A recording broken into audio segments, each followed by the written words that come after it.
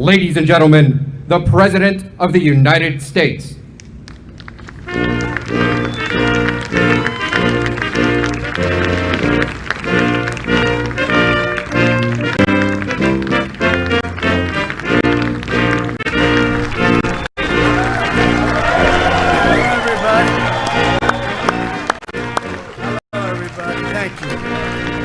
Thank you very much, everybody. Please. That's a nice crowd on a nice, cool day. It's beautiful, though. Might be hot, but it's beautiful. We're here today to celebrate and expand our historic campaign to rescue American workers from job-killing regulations. Before I came into office, American workers were smothered by merciless avalanche of wasteful and expensive and intrusive federal regulation. These oppressive, burdensome mandates were a stealth tax on our people, slashing take-home pay, suppressing innovation, surging the cost of goods, and shipping millions of American jobs overseas. Millions and millions and millions. It never ended. Nearly 4 years ago, we ended this regulatory assault on the American worker, and we launched the most dramatic regulatory relief campaign in American history by far. No other administration has done anywhere near.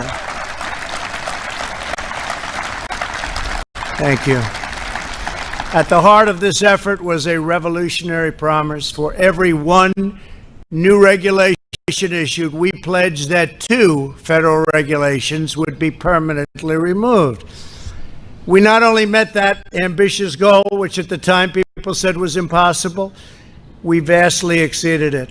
For every one new regulation added, nearly 8 federal regulations have been terminated.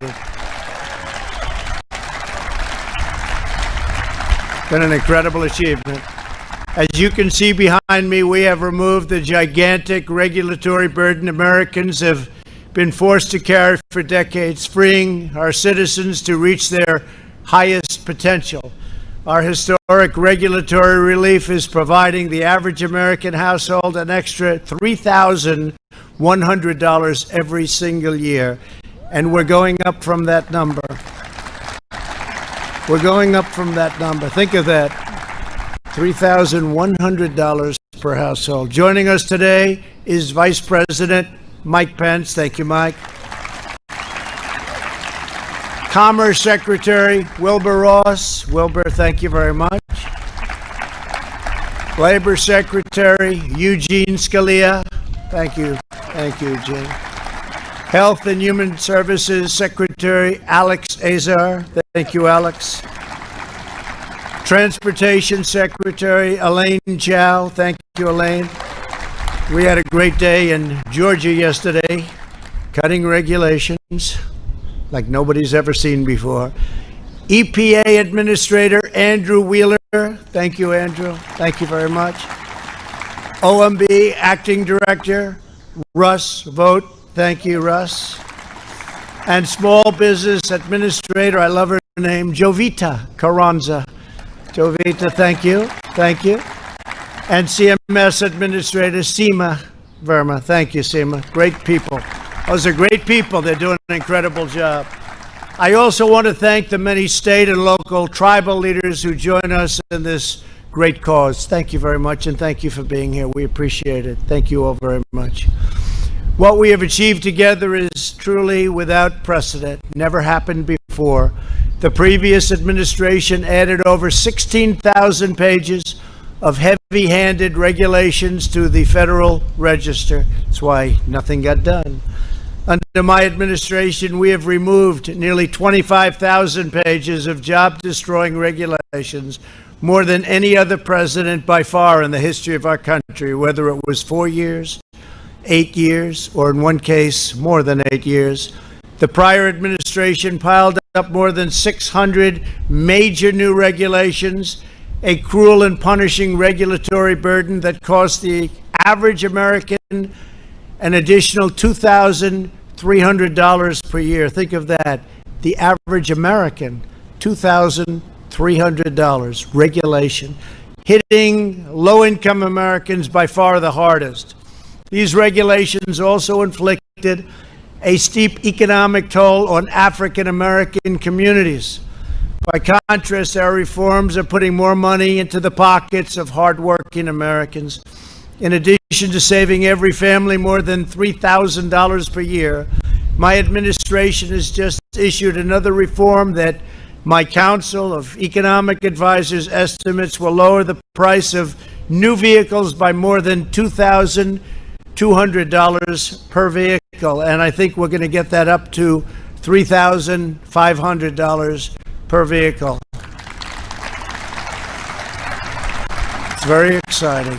And by the way, the vehicles will be better, they'll be stronger, and they'll be safer. Our regulation cuts are also delivering massive savings on broadband internet services, and some home energy bills will be really historically cut. It's actually amazing. As well as historically low gasoline prices. Gasoline prices, you look today, I think it was $1.99. At the same time, we saved our oil companies. We're now the largest, since we've been here, the largest energy source in the world. Nobody's even close, so it's great. But we saved them. They had a hard time a number of months ago, and frankly, for a long time, but we've saved them. But $1.99, they were telling me, in some cases lower than that. We're bringing back consumer choice in home appliances so that you can buy washers and dryers, shower heads and faucets. So shower heads, you take a shower, the water doesn't come out. You want to wash your hands, the water doesn't come out.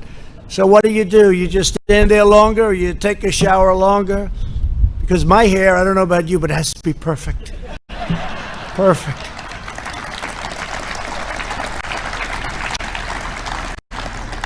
Dishwashers, you didn't have any water, so the people that do the dishes, you press it and it goes again, and you do it again and again.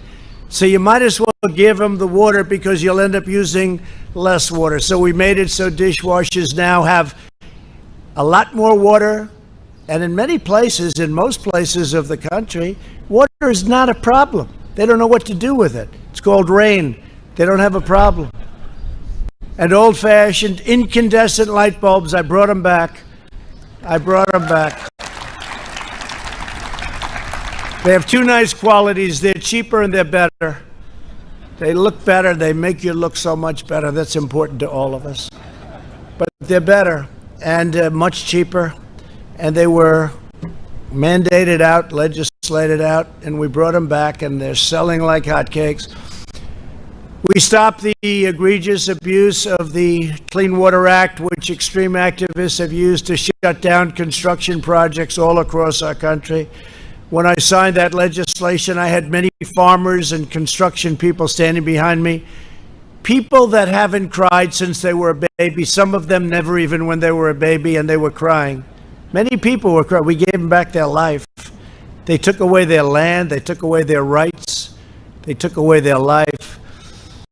By reining in EPA overreach, my administration has returned the agency to its core mission of ensuring clean air, clean water, and a truly pristine natural environment. Our air now and our water is as clean as it's been in the last 4 decades. Yesterday, our country achieved yet another groundbreaking milestone by completing a sweeping overhaul of America's badly broken infrastructure approval process. It was totally out of control. Instead of taking up to 20 years to approve a major project, we're cutting the federal permitting timeline, it's already been done, to a maximum of 2 years or less, in some cases even less than 1 year.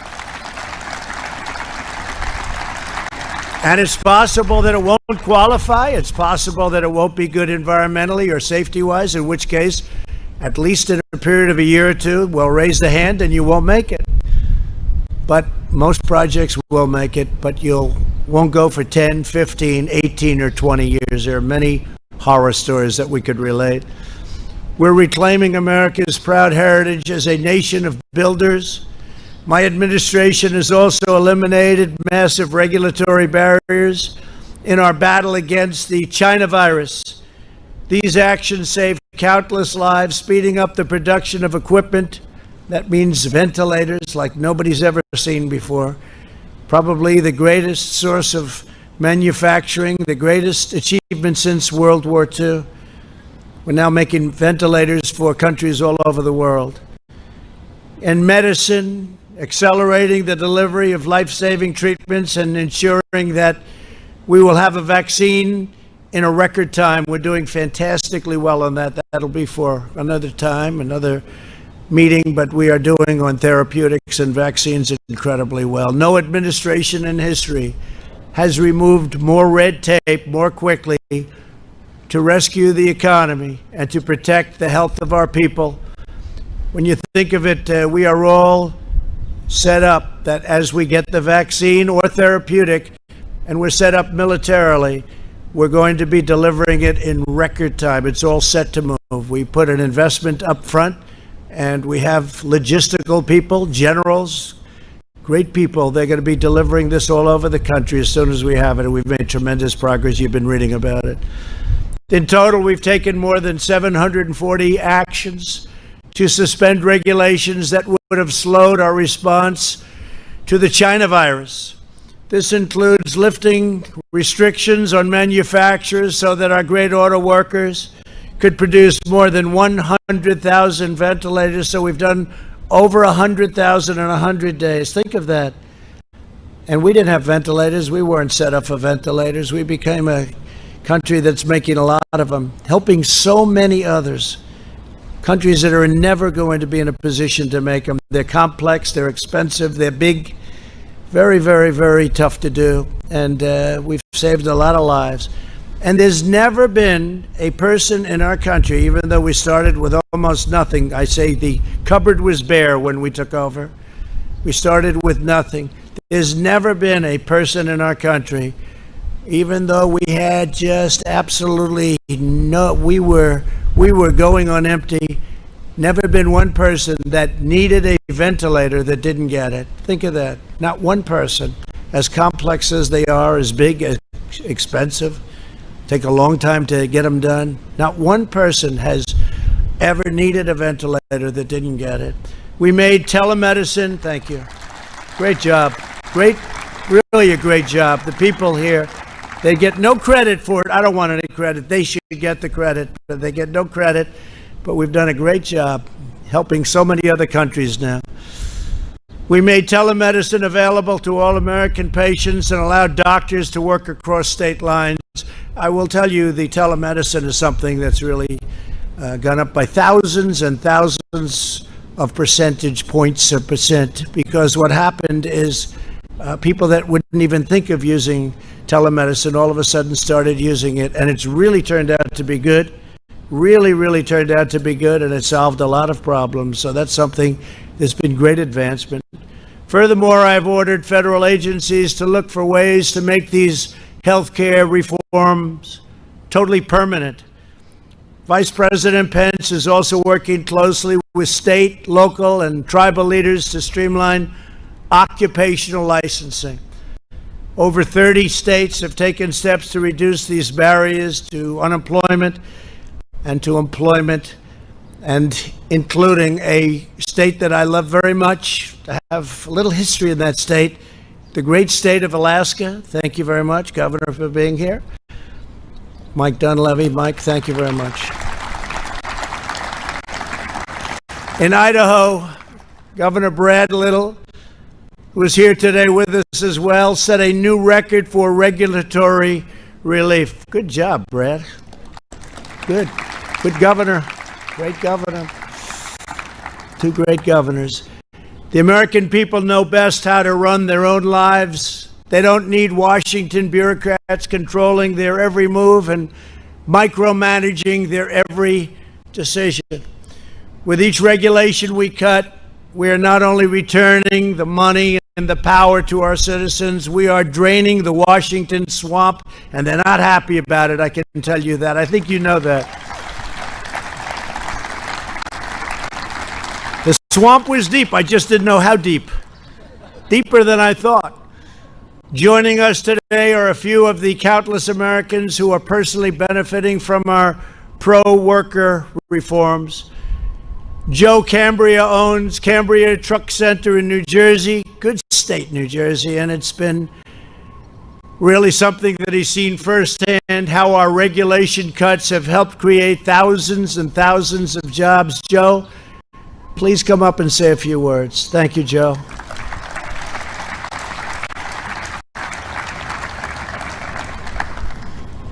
Thank you, Mr. President. Our company, Cambria Truck Center, has been selling and servicing heavy-duty trucks since 1969, when my grandfather, uncle, and father started the business. In the past 3.5 years, the Trump administration has kept its promise to right-size regulations. I want to thank you for that, President Trump. Regulatory reform in the energy sector creates jobs, reduces costs for our communities, and puts trucks to work. Streamlined permitting and creating an environment that allows for efficient construction and infrastructure repair and development has the same effect. As a result of these regulatory reforms, our industry has seen record sales of heavy-duty trucks, which has been a boon to dealerships like ours, as well as the environment. When new trucks replace older models, there is an environmental benefit. Current powertrains have near zero emissions today, and we're going electric, as well as increased safety, like shorter stopping distances and collision avoidance technology, safer on the road. It has also been nice to hear "Made in the USA" again. Bringing manufacturing back to our shores helps our industry and our entire country.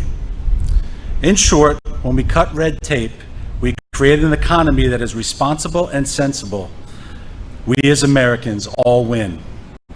Thank you, President Trump. Thank you very much. Thank you. Good job.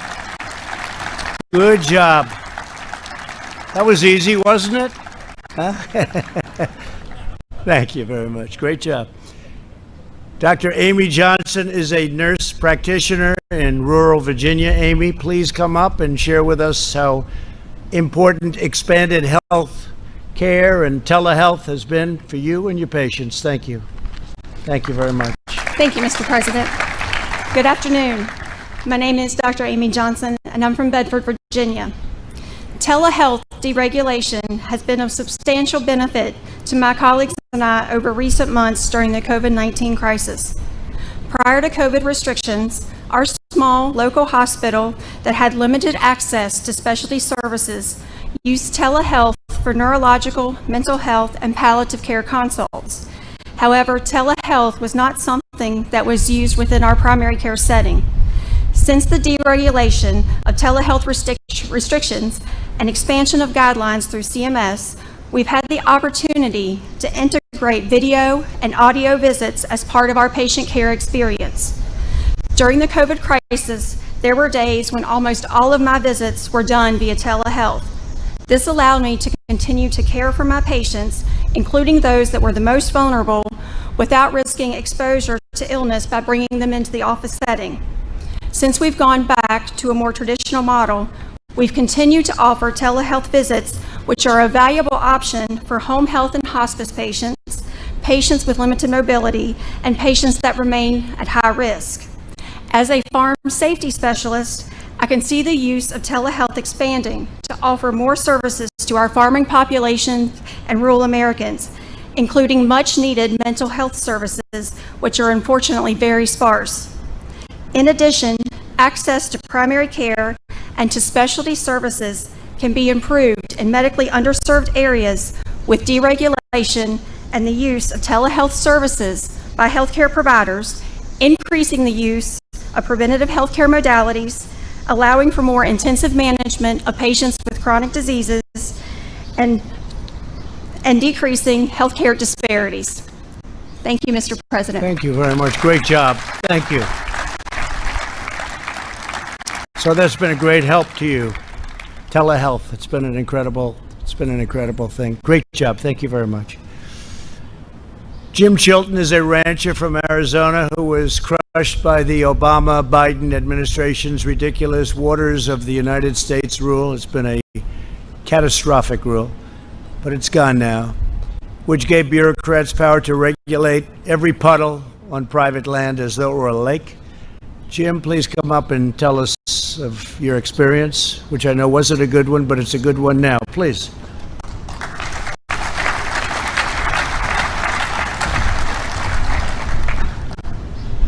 I appreciate the invitation, President Trump, to be here. And I appreciate the opportunity to thank you for the deregulation in every area, including the waters of the United States, cutting the red tape, setting us free as private property owners. Thank you. Our ranch has approximately 100 dry washes flowing across it.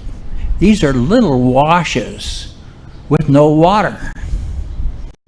The Corps of Engineers and the Environmental Protection Agency, who wrote the Obama 2015 regulations, ruled that any dry wash that had more than 12 inches of sand in the bottom became a water of the United States.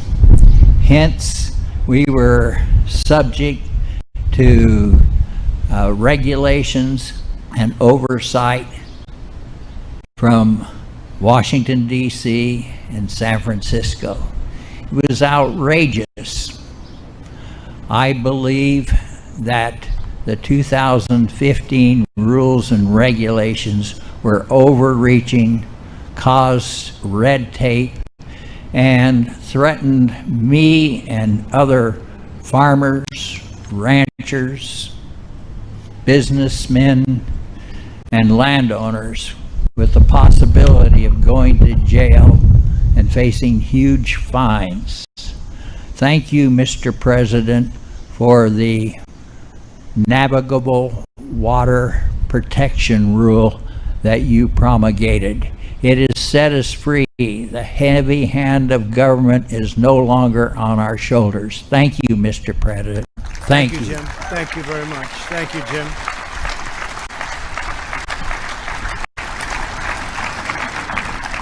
That was my honor, Jim, and thank you very much. It's terrible. It was that you had to suffer so long. They took your property away from you. And you want to take care of your property better than any government is going to tell you to take care of your property. You'll take care of it better, so we don't have to worry about that. Thank you very much. Beautifully said. Thank you. I want to, just as president, say that I will always fight to defend your rights and your freedoms. I will fight very hard for your rights and your freedoms. The hard left wants to reverse these extraordinary gains and reimpose these disastrous regulations. They want to take what we've taken off, Jim, and they want to put them back on. And I guess they can do that. You'll fight them for a little while, but eventually you'll lose. And they want to bury our economy under suffocating, relentless landslides of Washington red tape like we had before I got here. We must never return to the days of soul-crushing regulation that ravaged our cities, devastated our workers, drained our vitality and right out of our people, and thoroughly crippled our nation's prized competitive edge. It's what we have. We have great, great people, the greatest people in the world. Our entire economy and our very way of life are threatened by Biden's plans to transform our nation and subjugate our communities through the blunt force instrument of federal regulation at a level that you haven't even seen yet. You think that was bad? You haven't even seen it yet. They want to go many times what they put you under in the past. Under the unity platform Joe Biden published with socialist Bernie Sanders, they are proposing, and this is all in writing, it's done, they agreed. They are proposing to re-enter the job-killing, unfair Paris Climate Accord, which will cost our country trillions of dollars, trillions and trillions of dollars, and put us in a very, very bad competitive position relative to the world. Not surprising to you, China will be greatly advanced under this ridiculous agreement. So will Russia, so will many other countries. They propose to mandate net zero emissions from all new homes and buildings, skyrocketing the cost of construction and putting the goal of home ownership out of reach for millions, destroying the look of the home, the beauty of the home. I'm somebody that's built many homes, many buildings. If you take a look at this, it doesn't look good. You still have to sell, right? You still have to sell. But they've put it out of reach from a cost standpoint, totally out of reach. It's not practical, it's not good, and it doesn't work. They want to eliminate carbon from the U.S. energy industry, which means abolishing all American oil, clean coal, and natural gas. No coal, no gas, no oil, nothing to fire our massive plants. The result of this federally mandated shutdown would be the wholesale destruction of the entire energy industry and many other industries, the economic evisceration of entire communities, and the unfettered offshoring of millions of our best jobs to foreign countries and foreign polluters. Millions and millions of jobs would go. Thousands and thousands of countries would be at a level that you've never seen. Companies would be disappearing left and right, just like they did with NAFTA, which we terminated for the USMCA, which is another beauty that we've done, not for now, but another great beauty. But thousands of companies, plants, factories would be closed. Under this dismal future, energy would be unaffordable for the vast majority of Americans, and the American dream would be sniffed out so quickly and replaced with a socialist disaster. The Democrats in D.C. have been and want to, at a much higher level, abolish our beautiful and successful suburbs by placing far-left Washington bureaucrats in charge of local zoning decisions. They're absolutely determined to eliminate single-family zoning, to destroy the value of houses and communities already built, just as they have in Minneapolis and other locations that you read about today. Your home will go down in value and crime rates will rapidly rise. Joe Biden and his bosses from the radical left want to significantly multiply what they're doing now. And what will be the end result is you will totally destroy the beautiful suburbs. Suburbia will be no longer as we know it. So they wanted to defund and abolish your police and law enforcement, while at the same time destroying our great suburbs. The suburb destruction will end with us.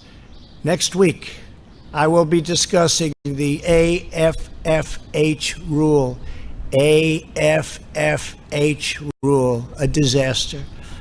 And our plans to protect the suburbs from being obliterated by Washington Democrats, by people on the far left that want to see the suburbs destroyed, that don't care. People have worked all their lives to get into a community, and now they're going to watch it go to hell. It's not going to happen, not while I'm here. The Biden-Bernie plan would also use the weapon of federal regulation to tie the hands of our police departments by abolishing cash bail. Think of that. Think of that. Bail. No problem. They killed somebody, let them out. Take a look at what's happening. Crime in New York City up 368% from just a short while ago. They got rid of a lot of police, and they're in the process of doing it $1 billion. They probably want to abolish. It's not even believable. When I first heard about it, when you first heard about it, you didn't think it was real. You didn't think it was believable. Just like the Green New Deal. How crazy is that? But they're actually trying to put it into play. It'll mean the end of this country. So by getting rid of bail, they are incentivizing jail and prison closures. They want to get rid of prisons. They don't think anybody should go to prison.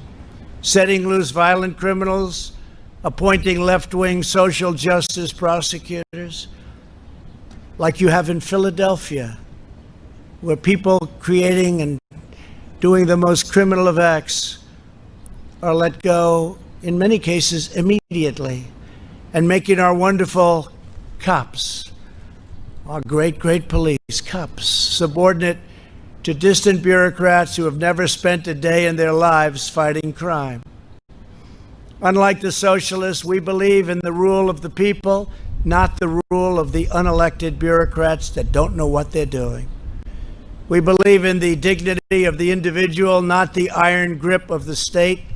Our regulatory reforms are vital, not only to the success of our economy, but the strength of our democracy and the survival of liberty itself. My administration will continue pressing forward until we have made every last vestige of Washington fully, completely, and totally accountable to the citizens of the United States. We are putting our faith in the workers who power our country, the doctors who care for our country, the truckers who sustain our country, and the farmers and ranchers who preserve our country in all of its majestic beauty. The American people are the ones who made our nation great, and together we will make it greater by far than ever before. God bless you, and God bless America. Thank you very much for being with us. Thank you very much. Thank you. Thank you very much. Thank you.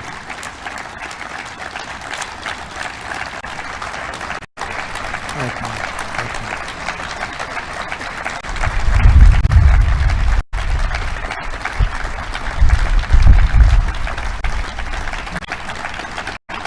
Thank you very much. Thank you. We must have said something right. I guess we said it absolutely right. It's about our country. It's about our country. We want to be strong. We want to respect everybody, but we have to have strong law enforcement. And that's taking place in the areas that we're responsible for. We want others to call us for help. There's nothing wrong. Let Chicago call. Let Seattle call. We were going into Seattle, all set to go, and then they did it themselves. They heard we were coming in, and the hands went up. They gave up. I mean, it's so terrible when you see what's happening. Minneapolis, we said, get the guard in there. 3 nights, get the guard in, get the guard. We got the guard in. The National Guard, they've done a fantastic job. As soon as they showed up, it was like a knife cutting through butter. You saw that, right? After 4 days of horror, it wasn't the police's fault in any of these places. They were told to leave. The police are, generally speaking, they do a great job. They were told to leave, but you saw what happened. Minneapolis, grab your gun and run. That's not what they wanted to do. But the National Guard came in, and we did a great job. No problem after that, do you notice? We just passed a statues and monument executive order, and they were going wild. They see that beautiful, look at it right there, it's so beautiful, the Washington Monument. If they had their choice, they'd take it down, and I guarantee you they'd rename it. They want to rename it. They want George Washington out. They want Thomas Jefferson out. They want Abraham Lincoln out. They want abolitionists out. They don't know what they want. They just want to destroy our country. We're not going to let it happen. We're not letting it happen. So I'd now like to ask Vice President Mike Pence to say a few words. Thank you, Mike. Thank you.